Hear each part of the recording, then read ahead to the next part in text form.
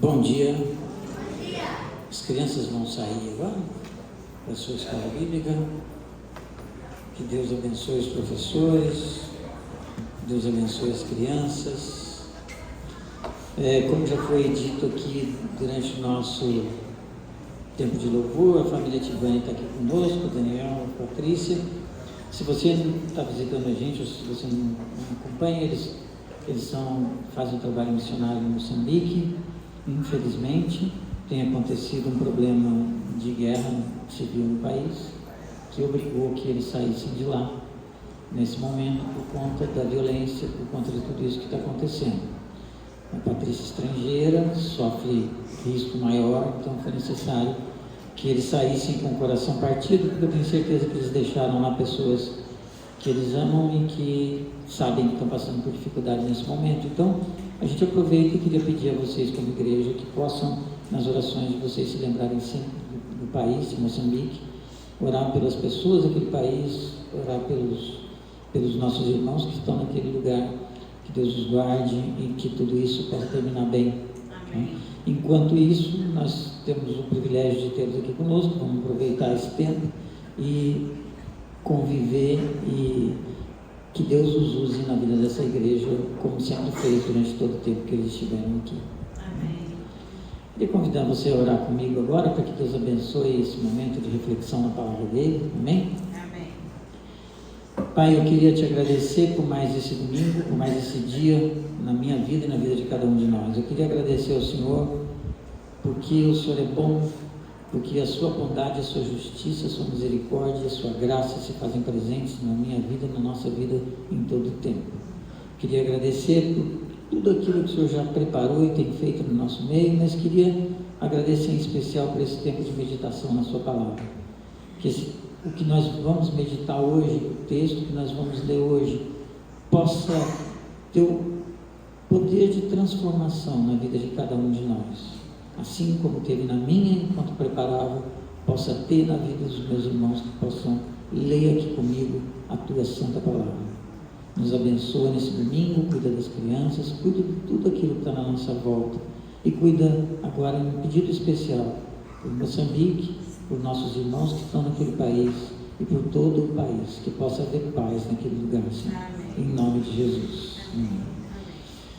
Amém. Primeiro culto de 2025. E se talvez você possa estar se perguntando o que vai acontecer esse ano, o que me espera nesse ano, eu vou te responder com a mais absoluta sinceridade que eu não sei, nem você sabe. E desde que eu me conheço por gente, quando chega nessa época do ano, tem gente tentando adivinhar o que vai acontecer durante esse ano. Basta você olhar um pouquinho para o ano passado, em que você vai se lembrar um pouco disso, porque qual de vocês diria no início de 2024 que 2024 seria o que foi, que aconteceria o que aconteceu? Eu tenho certeza, eu conheço a vida da maioria de vocês, eu sei que tem algumas pessoas que olham para 2024 com alegria, porque em 2024 aconteceram coisas que te trouxeram alegria. Um filho que nasceu, um trabalho novo que te trouxe resultado, várias coisas que aconteceram no ano de 2024 trouxeram alegria, mas eu sei que teve gente também que olha para 2024 com tristeza, por coisas ruins que aconteceram, uma pessoa que você perdeu, uma doença que te sucedeu na sua família, em você mesmo, enfim, várias coisas que nos trazem tristeza. E isso é comum na nossa vida, assim como vai ser nesse ano, nós não sabemos. O mundo tenta tratar isso muitas vezes como uma questão de sorte e de azar. Existe um conto, que não se sabe o autor, mas que conta uma história de um menino na China que tinha um desejo enorme de ter um cavalo. E ele não tinha um cavalo, até que um dia passa pela cidade dele um mercador levando uma tropa de cavalos. E no meio desses cavalos que ele estava levando tinha um potrinho, um filhotinho de cavalo pequeno, que acabava atrasando a tropa naquela grande viagem que ia fazer. E quando ele soube que tinha um menino que queria muito um cavalo, ele pegou e disse: menino, você não queria esse cavalo para você? E deu. O menino foi embora para casa alegre, e o vizinho dele chegou para o pai e falou: nossa, que grande sorte seu filho tem. Ele falou: por quê? Porque ele queria um cavalo, passou uma troca, ele ganhou um cavalo. E o pai disse: sorte ou azar, não sei, o tempo dirá. Passou um tempo, o cavalo cresceu, e o menino, contente com o cavalo fugiu. E o menino ficou triste. E aí o vizinho chega e fala para o pai: nossa, que azar que seu filho tem, ganhou um cavalo que ele tanto queria, e quando o cavalo está grande, o cavalo foge. E o pai falou: sorte ou azar, não sei, o tempo dirá. Passado um tempo, o cavalo volta e traz com ele uma tropa de cavalos selvagens que ele encontrou pelo caminho. E o vizinho diz: nossa, que sorte seu filho tem, o cavalo fugiu e agora volta com uma tropa de cavalos, agora ele não tem um só, tem uma tropa. E o pai diz: sorte ou azar, não sei, o tempo dirá. Passou um tempo, o menino vai domar os cavalos, e quando ele está domando um cavalo, ele cai e fratura a perna, e não pode se movimentar. E o vizinho chega e fala: nossa, que azar que seu filho tem, logo agora que ele tem uma tropa, ele cai e quebra a perna. E o pai diz: sorte ou azar, não sei, o tempo dirá. Alguns meses depois estoura uma guerra, e todos os jovens são convocados para a guerra, e o menino não pôde ir na guerra porque estava com a perna quebrada. E o vizinho diz: nossa, que sorte seu filho tem, porque ele quebrou a perna e agora ele não pôde ir na guerra, não vai morrer. Então, o mundo trata tudo que acontece na nossa vida como sorte, como azar, mas na verdade não é assim. Nós não cremos em sorte e em azar. Nós cremos que existe um Deus soberano sobre todas as coisas e que dirige a história segundo a sua vontade, mas que existem as nossas escolhas diante de tudo isso, e as nossas escolhas sempre trazem algum tipo de consequência. Quando as consequências são boas, nós nos alegramos, nós desfrutamos. Quando são ruins, muitas vezes nós reclamamos, e reclamamos até de Deus, por conta das coisas ruins que acontecem com as nossas decisões. E as pessoas às vezes até usam erradamente a Bíblia para tentar saber o que vai acontecer. A Bíblia, ela nos dá direção sobre como decidir, e nós sempre que devemos tomar uma decisão, devemos usá-la como padrão das nossas decisões. Mas eu queria convidar vocês, diante dessa situação de 2025, a meditar comigo sobre dois importantes aspectos que envolvem tudo isso, sobre questões do presente e sobre questões do futuro. Por isso eu queria convidar vocês a abrir a Bíblia de vocês no primeiro capítulo do livro de Jó. Então nós vamos ler Jó, capítulo 1. Eu vou ler com vocês aqui na Nova Versão Internacional. Jó, capítulo 1. Se você está com Bíblia de papel, um pouquinho o livro antes de Salmos, você abre a Bíblia no meio da Salmos, vai um pouquinho para trás, você dá em Jó. Se não, você está lendo aqui na tela ou liga a sua Bíblia aí. Jó, capítulo 1, versículo 1. Na terra de Uz havia um homem chamado Jó. Era um homem íntegro e justo, temia a Deus e evitava o mal. Tinha ele 7 filhos e 3 filhas, e possuía 7.000 ovelhas, 3.000 camelos, 500 parelhas de boi e 500 jumentos, e tinha muita gente a seu serviço. Era o homem mais rico do Oriente. Seus filhos costumavam dar banquetes em casa, um de cada vez, e convidavam suas 3 irmãs para comerem e beberem com eles. Terminado o período de banquetes, Jó mandava chamá-los e fazia com que se purificassem. De madrugada ele oferecia um holocausto em favor de cada um deles, pois pensava: talvez os meus filhos tenham lá no íntimo pecado e amaldiçoado a Deus. Essa era a prática constante de Jó. Vamos parar por aqui por enquanto? Primeiro que eu queria te dizer que o livro de Jó é um livro de autor desconhecido. Ele não tem uma data conhecida do que ele foi escrito. Algumas pessoas até acham que, na verdade, Jó é uma figura alegórica, mas existem algumas evidências, inclusive bíblicas, que nos levam a crer que Jó foi um personagem real. Você tem, inclusive, o texto de Jó sendo citado em outros textos da Bíblia. Em Ezequiel 14:14, em Tiago 5:11, você tem a citação de Jó. Essa é uma das razões pelas quais os estudiosos creem que Jó realmente foi um personagem real, que viveu, pelas evidências do texto, numa época que a gente chama de época patriarcal, uma época antes de Abraão. Ele é muito usado para poder tratar de questões do sofrimento humano, porque porque a gente vai ver na continuidade da leitura, e se você já conhece alguma coisa a respeito de Jó, você sabe que ele trata de uma questão de sofrimento. E embora trate de uma questão de sofrimento, é um livro muito importante para a gente entender que Deus permite sim que os seus justos sofram, e que esse sofrimento não é problema algum para a bondade de Deus, para a justiça de Deus, para a onipotência de Deus. Ele continua sendo o mesmo, e é o que você vê na continuidade da leitura do livro de Jó até o fim. Ele também descarta uma ideia que às vezes é muito comum, que se alguém sofre porque pecou. Na verdade, nem todo sofrimento tem ligação com o pecado. O sofrimento, ele tem razões que muitas vezes ultrapassam o nosso entendimento. Mas a gente aprende no livro de Jó algumas coisas importantes sobre o sofrimento.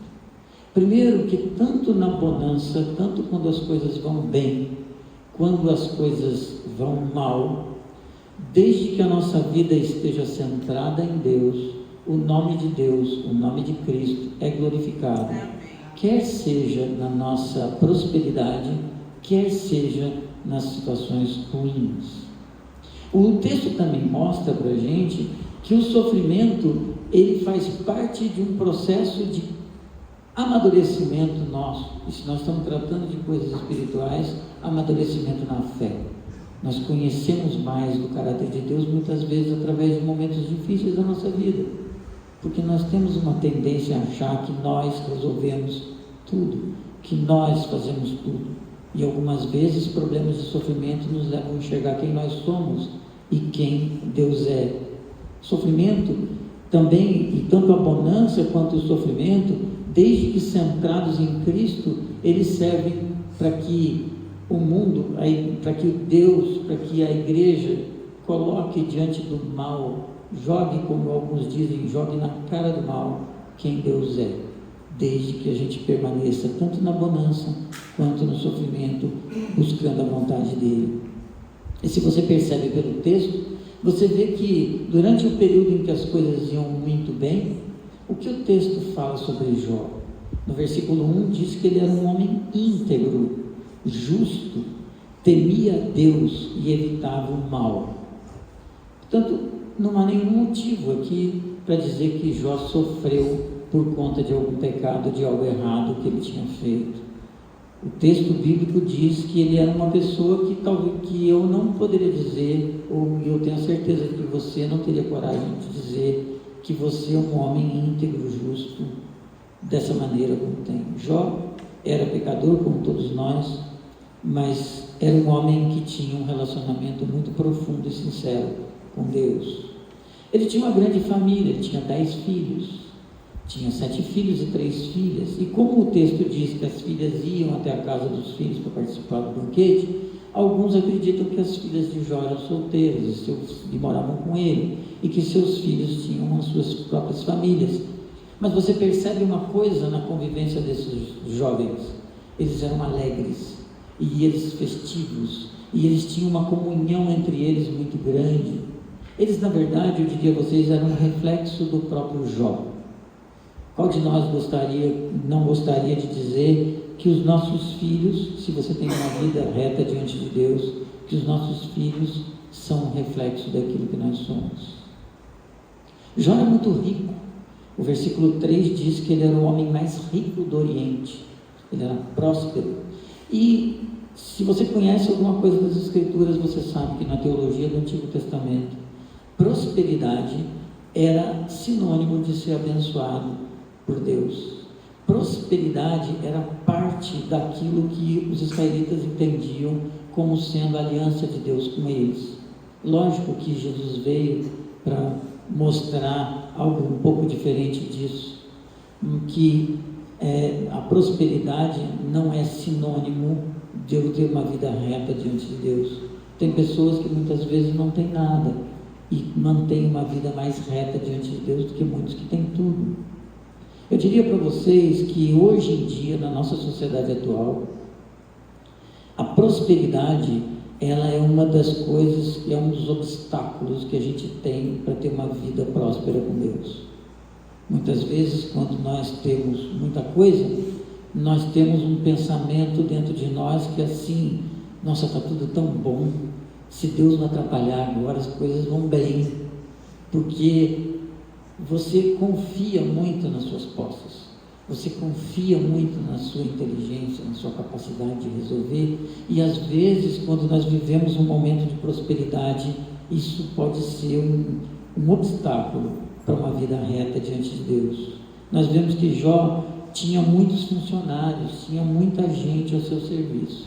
Então, como no tempo também dos patriarcas, a gente percebe que Jó fazia funções sacerdotais.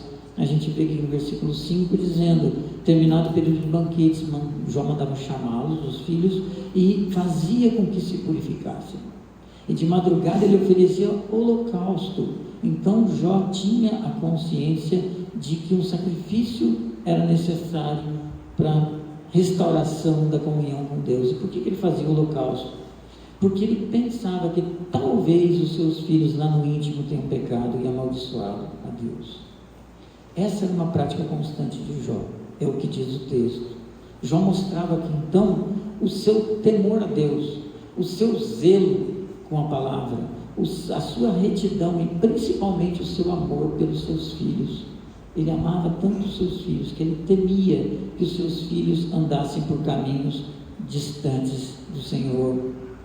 E aqui nós vemos então uma associação da vida de Jó com prosperidade que ele tinha, temor a Deus e gratidão a Deus diante da prosperidade. Já tinha a perfeita consciência clara aqui que toda a prosperidade dele acontecia por bênção de Deus. Como eu disse, diferente de hoje, em que às vezes ela é motivo de tropeço. Nós, algumas vezes, tentamos enganar nós mesmos. Nós tentamos muitas vezes viver de aparências. Às vezes as coisas estão materialmente bem na nossa vida, familiarmente bem, tudo está muito bem, e a gente começa a viver uma vida religiosa, mas essa vida não está bem no nosso interior. Você não tem uma vida de oração, você não tem uma vida de comunhão com o corpo de Cristo, você não tem uma vida de auxílio à obra missionária, você não tem uma vida de auxílio aos necessitados, você é simplesmente um religioso, que está muito bem, obrigado, que no conforto de tudo aquilo, no seu ar-condicionado ligado em todo o seu conforto, vem no culto de domingo e cumpriu a sua obrigação e aparentemente tudo está bem. O que esse texto faz para nós é um alerta de que quando nós vivemos assim, as coisas não estão bem. E às vezes a gente só percebe que elas não estão bem quando a gente perde tudo isso que a gente tem. E que o desejo que eu sempre tenho por mim e por todos nós é que a gente não precise passar por situações assim para poder entender onde nós estamos espiritualmente, que a gente entenda que nós dependemos sempre, constantemente, da busca e do relacionamento com Deus para poder permanecer firmes com Ele e nele. Embora Jó não tivesse o livro de Jó para ele ler, coisa que você tem, e você sabe que no final tudo termina bem, muito melhor do que no início, mas Jó não tinha esse livro para ler. Jó não sabia do que aconteceria com a vida dele. E Jó, na prosperidade, na sua sinceridade, na sua gratidão sincera a Deus por tudo aquilo que Deus tinha lhe concedido, por reconhecer que tudo tinha vindo de Deus e viver essa fé constante, ele na verdade estava sendo preparado e se preparava para tudo aquilo que haveria de acontecer, como a gente vai ler agora a partir do versículo 2, do versículo 6, porque o que vai acontecer a partir do versículo 6 era algo que Jó não tinha a menor consciência do que estava acontecendo. E o texto diz assim: certo dia os anjos vieram apresentar-se ao Senhor, e Satanás também veio com eles. O Senhor disse a Satanás: de onde você veio? Satanás respondeu ao Senhor: de perambular pela terra e andar por ela. Disse então o Senhor a Satanás: reparou em meu servo Jó? Não há ninguém na terra como ele, irrepreensível, íntegro, homem que teme a Deus e evita o mal. Será que Jó não tem razões para temer a Deus? Respondeu Satanás. Acaso não puseste uma cerca em volta dele, da família dele, de tudo que ele possui? Tu mesmo tens abençoado tudo que ele faz, de modo que todos os seus rebanhos estão espalhados por toda a terra. Mas estende a tua mão e fere tudo que ele tem, e com certeza ele te amaldiçoará na tua face. O Senhor disse a Satanás: pois bem, tudo o que ele possui está nas suas mãos, apenas não encoste um dedo nele. Então Satanás saiu da presença do Senhor. Nesse trecho do capítulo 1, a gente aprende algumas coisas nesse relato. Primeiro, que os anjos vão até Deus, e no meio deles vai aquele que é chamado pelo nome de o adversário, o opositor, que é o nome que é dado aqui a esse que nós conhecemos como Satanás. Já nesse relato, uma coisa tinha que ficar muito clara para todos nós: Deus tem autoridade sobre todas as coisas. Deus tem autoridade sobre tudo, e Satanás não está no mesmo nível dele. Satanás não faz nada sem a permissão de Deus. Porque hoje em dia a gente vê alguns relatos que parecem que os crentes acreditam que Deus está lutando o tempo todo contra Satanás. E não está. Ele já foi derrotado. Ele aguarda simplesmente o seu fim. Mas ele já foi derrotado. Uma vez eu conversando com uma pessoa que eu gosto bastante, ele me fez falou algo que na época me deixou intrigado. E depois eu pensei assim: poxa, eu deveria ter respondido uma coisa que na hora não me caiu muito bem, mas como era muito novo na fé, não tive resposta. Ele me disse assim: em tal lugar ninguém consegue construir uma igreja, porque uma vez enterraram naquele lugar, no tempo da escravidão, uma oferta ao diabo, e aí nenhuma igreja prospera ali. E aquilo não me caiu muito bem, porque eu pensava assim: peraí, como que não prospera uma igreja? Porque hoje, eu pensando nisso, é um entendimento que muitos crentes têm errado. Satanás tenta sim contra a vida dos crentes, mas ele não tem nenhum poder contra Deus. Ele, na verdade, ele está debaixo da autoridade de Deus em todas as coisas. E nós não devemos viver uma vida achando que ele está o tempo todo fazendo coisas contra Deus e lutando contra Deus, e que Deus precisa vencê-lo. Deus não precisa vencê-lo de nada. E a gente vê uma coisa intrigante: não é Satanás quem toca no assunto, é o próprio Deus quem toca no assunto. É o próprio Deus que diz: viste meu servo Jó? Bom, ele já sabia de tudo. E hoje em dia, algumas pessoas, elas têm a ideia de, e talvez você tenha isso também, de questionar o sofrimento como se o sofrimento fosse algo que parece que escapa do controle de Deus. As coisas estão erradas comigo e Deus não está vendo. O que está acontecendo? Ele sabe muito bem. Não existe nada, nem a nossa prosperidade, nem o nosso sofrimento, que não esteja no alcance de Deus. E aí a gente fica sempre se perguntando: por quê? Eu acho que a pergunta melhor para a gente fazer é: para quê? Mas não por quê. Porque Ele tem controle sobre todas as coisas.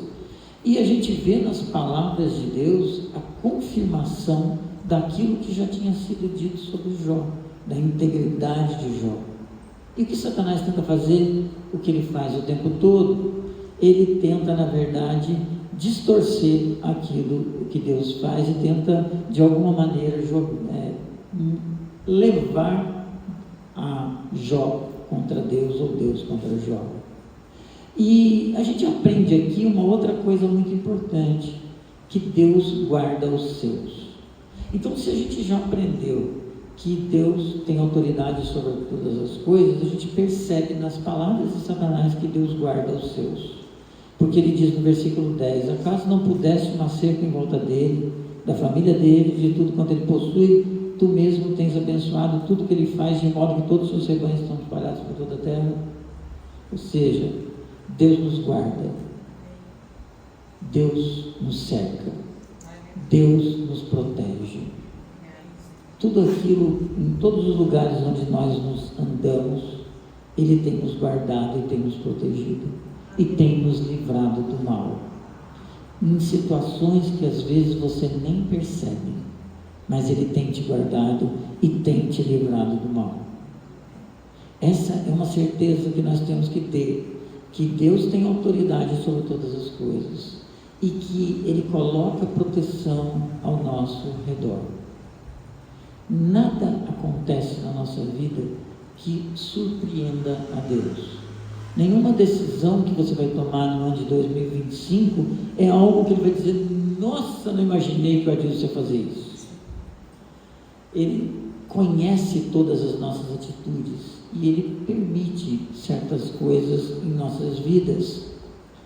Algumas Ele permite, outras Ele determina que sejam assim, mas tudo debaixo da autoridade dEle. Por isso, quando a gente fala sobre 2025, a gente não sabe o que vai acontecer em 2025, mas Deus sabe tudo o que vai acontecer no seu 2025. Você vai ser algumas vezes surpreendido com coisas que vão acontecer em 2025. Algumas vezes você vai ser surpreendido positivamente, algumas vezes negativamente. Mas o Deus que nós confiamos, que é bom, que é justo, Ele não se surpreende com nada. E Ele vai estar presente com você, quer seja nos momentos de felicidade, quer seja nos momentos de tristeza. Amém. E você deve depositar nele toda a sua confiança. No versículo 11, Satanás faz uma proposta. No versículo 12, a gente vê a resposta de Deus. E aqui é interessante, porque Satanás não é onisciente. Satanás não sabia o que ia acontecer com Jó. Satanás não sabia se Jó iria blasfemar contra Deus ou não. Ele achou que se Jó perdesse tudo, ele blasfemaria. E ele achou que dessa forma Deus seria envergonhado. Ele tentou, mas ele não conseguiu. E ele tentou isso outras vezes, porque muito tempo depois ele repete a mesma coisa com Jesus. Ele tentou contra Jesus. Ele tentou Jesus no deserto depois de 40 dias. E quando Jesus foi para aquela cruz, o inferno alegrou, achando que tinha derrotado a Deus naquela cruz, que os homens teriam matado o Filho de Deus e, portanto, que Deus teria sido derrotado. Mal sabia ele que o plano de Deus envolvia a morte de Cristo e que através da morte de Cristo nós nos reconciliaríamos com Ele. Portanto, Satanás achou que poderia envergonhar a Deus, mas mais uma vez, quem foi derrotado foi ele. Por isso, você que tem Cristo como Senhor da sua vida, você que confessa Jesus como seu Senhor, saiba de uma coisa: você é parte de um plano maior que Deus tem para essa terra. Você é parte do plano de Deus, do reino dele nessa terra. Amém. E Deus vai te usar como parte do plano dele nessa terra. Amém.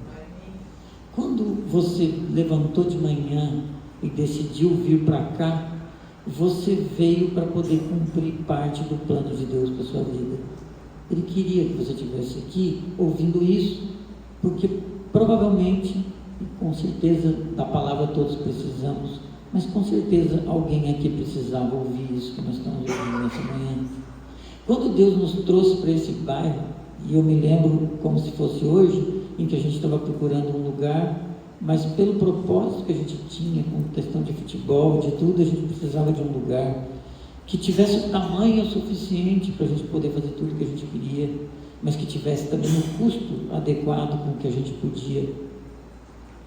E quando a gente veio para esse lugar, algumas pessoas vieram aqui e falaram: nossa, que lugar, o terreno, tá, gente?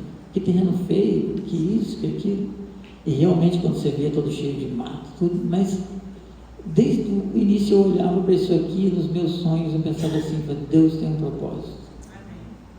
E eu tenho a certeza de que Ele tem um propósito para esse lugar onde Ele nos trouxe. E eu tenho a certeza de que esses propósitos serão cumpridos. O que nós temos e o que eu sempre tenho dito, o que Ele espera de nós é que a gente busque caminhar em santidade. Santidade não é perfeição. Santidade é querer conhecer a vontade dEle para a minha vida, para a sua vida, e que juntos nós caminhemos nessa santidade. Por isso, se Cristo é glorificado na nossa vida, quer seja na prosperidade, quer seja no sofrimento, o reino vence Satanás. Todas as vezes em que Cristo é glorificado na minha vida, na sua vida, quer seja eu bem, quer esteja eu mal, que as pessoas possam ver Cristo na sua vida nos momentos de sorriso e nos momentos de choro, o inferno é derrotado nesse momento. Mesmo que você não entenda, mesmo que você não consiga compreender por aquilo que você está passando. Porque nesses momentos, e principalmente de sofrimento, são momentos em que Deus produz em nós uma perseverança que às vezes nós não conseguimos entender. Eu às vezes vejo algumas pessoas sofrendo e eu olho para aquilo e eu não consigo muitas vezes entender, mas a perseverança da pessoa na fé, mesmo diante da dor, é algo que me motiva, é algo que me constrange positivamente, para que eu possa confiar cada vez mais em Cristo. É através da graça que Cristo nos concede, a graça que é necessária, tanto nos momentos em que tudo vai bem, quanto nos momentos de dificuldade. A gente precisa dessa graça, para que a gente possa vencer o mal que está o tempo todo à nossa volta. A Bíblia diz que Satanás anda ao nosso redor, como um leão que ruge, buscando alguém para que ele possa devorar. A nossa vitória sobre ele não está na nossa força. A nossa vitória sobre ele está quando nós nos submetemos a Deus em todas as coisas. Quando nós buscamos, mesmo com choro, andar nos caminhos de Deus para nós. E se você conhece o livro de Jó inteiro, você sabe o seguinte: poxa, as coisas estavam tão mal e quando terminaram tão bem. Se Jó soubesse disso, nós não sabemos muitas vezes o que vai acontecer no nosso ano, mas eu posso garantir uma coisa para você: se você buscar andar com a sua vida na vontade de Deus, quer as coisas estejam bem, quer elas estejam mal, estará tudo bem. Pode estar mal aos olhos de todos, pode estar mal até aos seus olhos no momento, mas se você está no centro da vontade de Deus, está tudo bem. Ele está no controle de todas as coisas. E aí a gente lê, a partir do versículo 3, o que aconteceu. Certo dia, quando os filhos e as filhas de Jó estavam num banquete, comendo e bebendo vinho na casa do irmão mais velho, um mensageiro veio dizer a Jó: os bois estavam arando, os jumentos estavam pastando por perto, e os sabeus atacaram e os levaram embora. Mataram a espada os empregados, e eu fui o único que escapou para lhe contar. Enquanto ele ainda estava falando, chegou outro mensageiro e disse: fogo de Deus caiu do céu e queimou totalmente as ovelhas dos empregados, e eu fui o único que escapou para lhe contar. Enquanto ele ainda estava falando, chegou outro mensageiro e disse: vieram caldeus em 3 bandos, atacaram os camelos e os levaram embora, mataram as espadas dos empregados, e eu fui o único que escapou para lhe contar. Enquanto ele ainda estava falando, chegou ainda outro mensageiro e disse: seus filhos e suas filhas estavam num banquete, comendo e bebendo vinho na casa do irmão mais velho, quando de repente um vento muito forte veio do deserto e atingiu os 4 cantos da casa, que desabou. Eles morreram, e eu fui o único que escapou para lhe contar. Aconteceu com Jó, sem que ele tivesse feito nada para isso, uma tragédia que eu sinceramente não consigo medir o tamanho dessa tragédia. Eu consigo sim fazer uma coisa. Eu tenho uma frase que eu uso com frequência em casa, principalmente com os meus filhos, e eu sempre, quando falo isso, falo para eles, mas para que eu ouça também, que assim, às vezes acontece alguma coisa que tem um prejuízo material, e eu sempre digo para eles, olha, nada que o dinheiro pode comprar deve tirar a nossa paz e a nossa felicidade.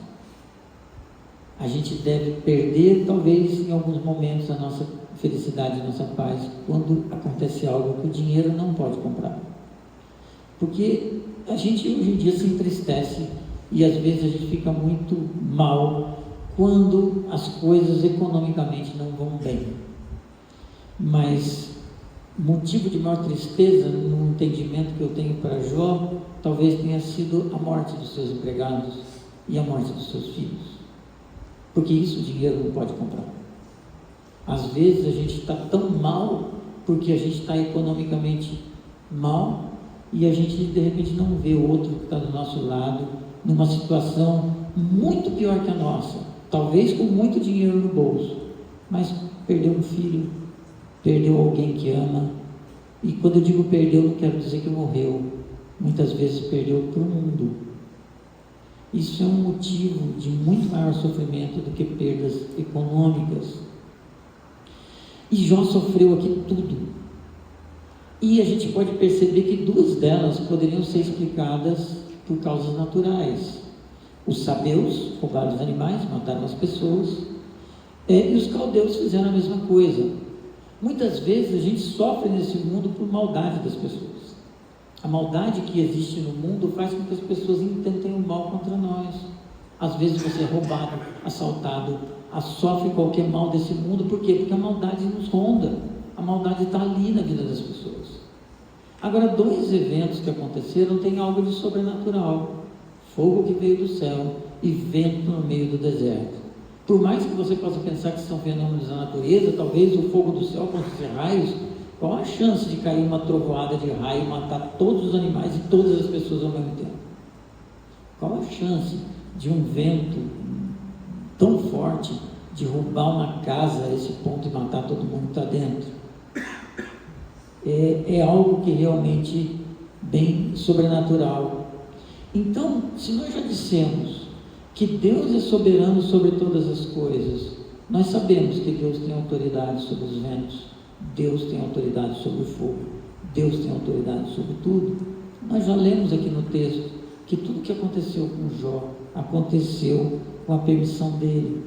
Coisas ruins acontecem conosco com a permissão de Deus. Por isso, 2025, quando você olhar para ele, imagine o seguinte: eu espero e eu desejo que o seu ano de 2025 seja maravilhoso.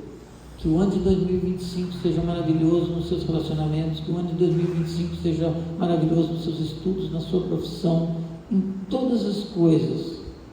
Mas lembre-se bem que o ano de 2025 ele vai poder ser bom ou ruim, dependendo de coisas que às vezes são imponderáveis para nós, coisas que a gente não consegue imaginar, porque a nossa vida é assim.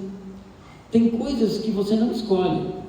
Por exemplo, você não escolheu em que família você ia nascer. Você simplesmente nasceu. Não adianta você olhar agora para a sua família e dizer: por que eu nasci nessa família? Você nasceu porque assim Deus o quis. Você tem os pais e os irmãos que você tem porque Deus assim o quis. Você tem certas coisas que acontecem na nossa vida e que a gente não tem controle. Eu, por exemplo, dentro da minha profissão, existem certas doenças que são geneticamente determinadas e que você pode e deve fazer o melhor que você pode, mas aquela doença tem uma possibilidade grande de te alcançar, porque é algo que está ligado com os seus genes, e você vai adoecer daquilo. Isso vai acontecer com você, talvez. Existem certas coisas ruins que vão acontecer porque a maldade, como eu disse, está no mundo. Então vão aparecer alguns sabeus, alguns caldeus na sua vida que vão poder trazer o mal para você. Mas vão acontecer coisas boas também na vida de muitos, sem que você faça talvez nada por isso. Vai acontecer uma situação de às vezes você está do nada, aparecer alguém e ser alguém que te ajude numa situação em que você jamais imaginava que pudesse acontecer aquilo. Alguém que faça o bem para você sem esperar nada em troca. Embora você possa pensar que isso é muito difícil, que algumas situações aconteceram na minha vida de pessoas que sem nada, não tinha nada que ela pudesse olhar em mim e ter algum ganho com aquilo, e aquela pessoa, no momento em que eu precisava, me ajudou, sem que eu pudesse sequer retribuir. Então vão acontecer também coisas boas no ano 2025, sem que você faça nada. O que nós temos que entender, sejam boas, sejam ruins, Deus está presente em todas as coisas, e nós não podemos nunca tirar isso da nossa mente, porque diante de tudo isso, existem escolhas que nós fazemos. Se existem coisas que você não tem controle, existem muitas coisas que são de acordo com aquilo que você escolhe. E eu queria meditar um pouco nisso, lendo o final de Jó, que é do 20 ao 22, aonde a gente vê o seguinte: ao ouvir isso, Jó levantou-se, rasgou o manto e rapou a cabeça. Então prostrou-se no chão em adoração e disse: saí nu do ventre da minha mãe e nu partirei. O Senhor deu, o Senhor levou, louvado seja o nome do Senhor. Em tudo isso Jó não pecou, nem de nada culpou a Deus. No versículo 20, quando você lê que ele rasgou as vestes, rapou a cabeça, isso é sinal de dor, sinal de luto, sinal de sofrimento. É como as pessoas naquele tempo expressavam o tamanho da sua dor. E se você tem um pouco de sensibilidade, você consegue imaginar o tamanho da dor que do Jó deve ter sentido com essas notícias que ele recebeu. Mas a gente lê também que Jó se prostrou em adoração. Prostrar em adoração é uma forma, naquele tempo, de declarar a submissão, a soberania e a autoridade de Deus sobre todas as coisas. Jó aqui teve uma escolha, porque Jó não sabia o que estava acontecendo. Ele não tinha absolutamente noção do que aconteceu no céu e que ele estava vivendo aqui na terra. E ele tinha, talvez, como eu e você, a possibilidade de, nesse momento, dizer: joga tudo para cima. É como você está vindo aqui na igreja, foi batizado, participa de tudo, e aí as coisas começam a ir mal. Qual o primeiro pensamento que vem na sua cabeça num domingo que as coisas não estão bem? Hoje eu não vou na igreja. Não, porque eu estou mal. Espera aí, Deus não é soberano sobre todas as coisas? Então, exatamente quando as coisas vão mal, é que eu preciso entender que eu preciso mais dele na minha vida. E eu preciso dele não como um socorro para poder me tirar da situação.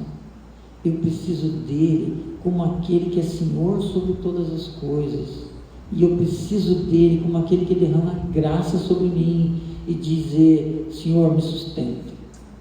Eu não sei como é que vai ser a saída dessa situação, mas Senhor, me sustenta.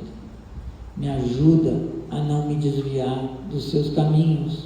Porque Jó demonstra que saber que Deus é Senhor sobre todas as coisas. Jó demonstra saber que Deus guarda os seus. E sabe que tudo vem dele e que nada nos é tirado sem a permissão dele. Por isso ele pode dizer de maneira sincera, porque nós já vimos que Deus fala que ele é um homem íntegro: louvado seja o nome do Senhor. Eu não sei como é que está a sua vida, eu não sei como é que você está passando. Como eu disse, eu conheço a vida de alguns, de outros não. Como eu disse, eu sei que tem gente passando por dificuldade, tem gente em momentos de prosperidade. Você poderia, nessa manhã, pensando no momento que você está vivendo, olhar para tudo e dizer: louvado seja o nome do Senhor. Porque Jó decidiu adorar a Deus, mesmo diante de consequências de algo que ele não entendia, mesmo, como eu disse, sem ter o livro de Jó escrito até o final, ele decidiu. E ao longo desse livro a gente vai ver que o sofrimento o levou a conhecer mais de Deus ainda. O ano de 2025 nos reserva coisas que nós não sabemos. O ano de 2025, ele pode trazer eventos que você se sinta... A gente fez uma viagem recentemente e a gente pegou um Uber, que era aquele carro da Tesla em que dirige sozinho. E eu não sei se você já viveu uma situação desse tipo, de você estar sentado no carro e o carro está andando sozinho. Eu confesso a você que ele dá um pouquinho de frio da barriga, porque você imagina, será que esse negócio vai ser direito? O carro está andando sem que o motorista segure na direção, acelera sem que ele acelere, dá um pouco de frio na barriga. Mas depois de um tempo você fala, não, o negócio deve ser bom, está todo mundo andando nele, vamos andar para ver se dá certo. Seu ano de 2025, pode ser que seja você como um passageiro de um Tesla, e que você não consegue mudar o volante, você não consegue pisar no acelerador, e ele vai andando para onde ele te levar. Mas eu tenho a certeza de que muita coisa que vai acontecer vai ser consequência das escolhas que você faz. Todos os dias você faz uma escolha. Você pode fazer escolhas simples, como, por exemplo, a roupa que você usou. Por exemplo, eu estou usando uma roupa, você pode até dizer, você não fica bem de azul. Tudo bem, o máximo que vai acontecer é isso. O máximo que você vai me dizer é isso. Mas essa decisão que a gente toma não muda nada na nossa vida. A não ser algum comentário assim. Mas a gente toma muitas decisões que são muito importantes. Você toma decisões, por exemplo, de com quem que você vai se relacionar. E é muito legal, né? Quando a gente é adolescente, quando é jovem, adolescente, a gente fica apaixonado, tudo fica cor-de-rosa ou azul. Mas o que fica cor-de-rosa e azul, depois de uns 10, 15, 20 anos, fica cinza, fica preto, fica tudo, né? A gente tem que entender que as decisões que a gente toma hoje, algumas delas têm consequências para o resto da nossa vida.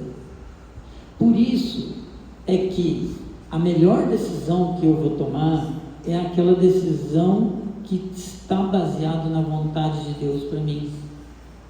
Eu tenho que ter isso na minha mente, porque seja boa ou seja ruim a consequência, eu vou ter que passar por ela. E é muito melhor eu passar por ela quando eu tenho a certeza de que eu estou passando por uma consequência, mesmo que seja ruim, que eu estou no centro da vontade de Deus. Eu estou no centro da vontade de Deus. Lembra da história do mar, né? A gente tem os discípulos de Jesus no mar, e Jesus estava no barco. Era uma tempestade, mas Jesus estava no barco. Aí você vai lá para o Antigo Testamento, você vê um profeta do Antigo Testamento, Jonas, que estava num barco e que estava dormindo tranquilo, mas na verdade ele estava fora da vontade de Deus, todo mundo desesperado. A mesma tempestade, o mesmo mar, o mesmo barco, mas uma postura completamente diferente. A gente tem que, se Jesus está no nosso barco, a gente tem que confiar que Ele está no nosso barco com a gente e que Ele não vai permitir que nada aconteça que você não possa suportar. Amém. Mas que Ele vai te conferir o escape que você precisa. Não transfira para os outros a responsabilidade das suas decisões. Não coloque a culpa em Deus, não coloque a culpa nos outros, não coloque a culpa em igreja. As decisões são nossas muitas vezes. Você vai decidir onde você vai. Você vai decidir com quem você vai andar. Você vai decidir que profissão você vai ter. Você vai decidir com quem você vai se casar. As consequências também são suas. E a gente precisa ter isso em mente. Jó sofria por coisas que ele não fez. Mas nós muitas vezes sofremos por decisões que nós tomamos. Escolha errada de relacionamento. Escolha errada de investimento. Escolha errada de emprego. Escolha errada de amizade.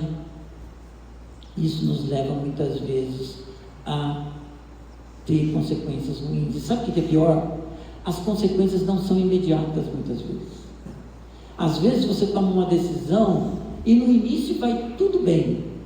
Nossa, está indo tudo bem, está vendo? Você está vendo que aquela decisão está errada. Por que eu estou vendo que está errada? Se alguém chegar para mim e falar assim, Adilson, tem um negocinho bom aqui para você investir dinheiro. Olha, é um tráfico de cocaína. E assim, olha, você vai vender essas pedrinhas assim, Eu estou dando um exemplo bem bizarro para você entender, mas isso muitas vezes é uma sutileza. Você vai investir R$1.000 e você vai ganhar R$100.000 daqui a 15 dias. Aí eu ganho R$100.000, você me vê trocar de carro, estou com o carro, está tudo bem, você vê? Ele está com um negocinho abençoado agora. Ele está ganhando dinheirão. As consequências virão mais tarde. Então não é porque as coisas estão indo aparentemente bem que a sua decisão é uma decisão segundo a vontade de Deus. Não é porque as coisas estão indo mal que a sua decisão foi uma decisão contrária àquilo que Deus quer. Como eu contei naquele conto inicial, não é uma questão de sorte, de azar, é uma questão de decisões que trazem consequências. A nossa vida reserva para nós momentos de prosperidade, reserva momentos de dificuldade, e que a nossa escolha está envolvida nisso. Mas sabe o que eu tenho que ter sempre em mente? Que Deus está presente. E se eu estou andando na vontade dEle, quer seja bom, quer seja mal, louvado seja o nome do Senhor. Jó, quando passou por aquele período de bonança, ele se preparou para viver o momento de tristeza, porque ele era fiel na bonança. E aqui vai mais um recado para cada um de nós: nem a bonança, nem a tristeza são motivos ou desculpas para o abandono da fé. Então, nenhum deles é motivo para que eu possa justificar qualquer vacilo na minha fé. E se você pensa, olha, e você é uma pessoa que não aceita muitas vezes o sofrimento, lembra do exemplo de Cristo.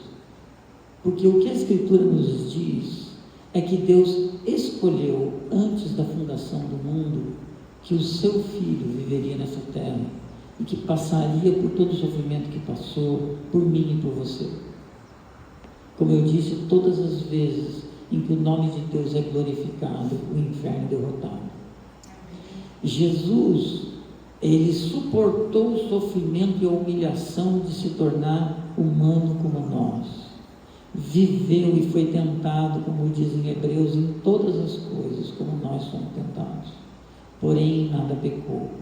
E ele decidiu voluntariamente entregar a vida dele por mim e por você. Porque através desse sacrifício, a minha natureza pecadora e a sua natureza pecadora estavam resgatadas diante de Deus, para aqueles que creem. Por isso, a partir desse sacrifício, abriu-se a nossa possibilidade de comunhão com Deus. E essa comunhão depende, de alguma maneira, que nós não entendemos, mas de coisas que acontecem na nossa vida, e você muitas vezes é levado num momento como num culto desse, em que você entende que você é uma pessoa que tem sentimentos, que tem pensamentos, que tem uma vida que é contrária a Deus. E nesse momento você passa por uma situação de uma janela de fazer uma escolha. Eu entendi que o sacrifício de Cristo é um sacrifício do próprio Deus encarnado, que deu a sua vida por mim e por todos aqueles que creem. E eu quero esse sacrifício para mim.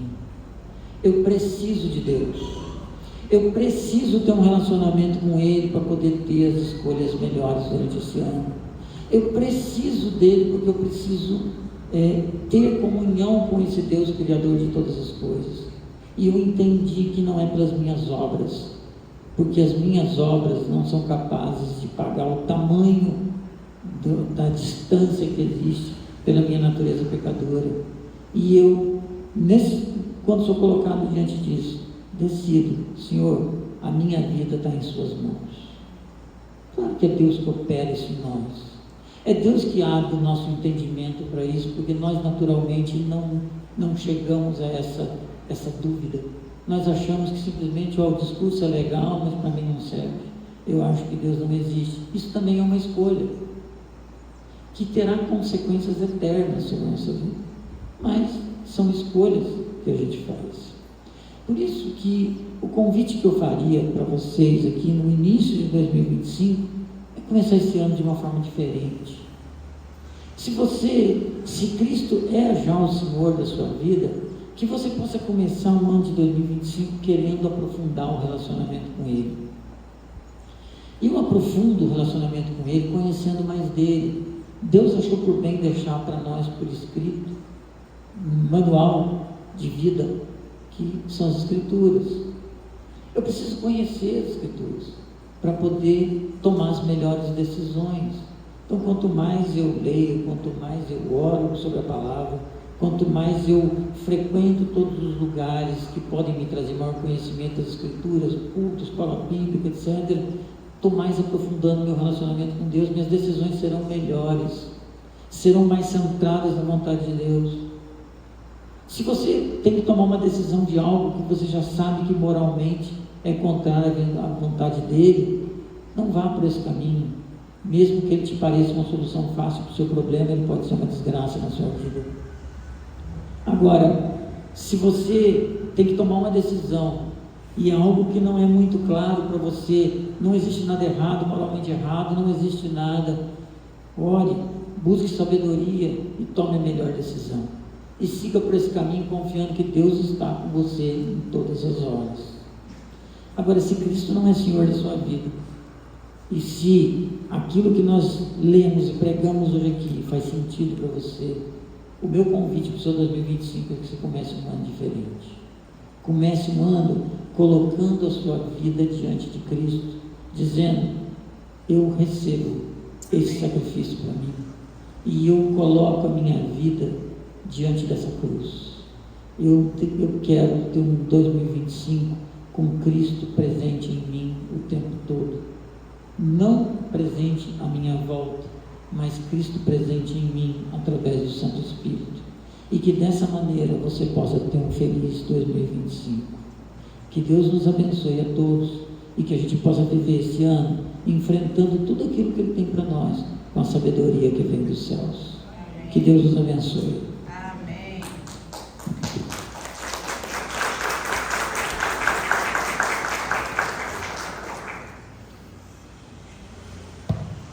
Vamos orar para concluir esse nosso culto. Eu queria convidar vocês a ficarem em pé.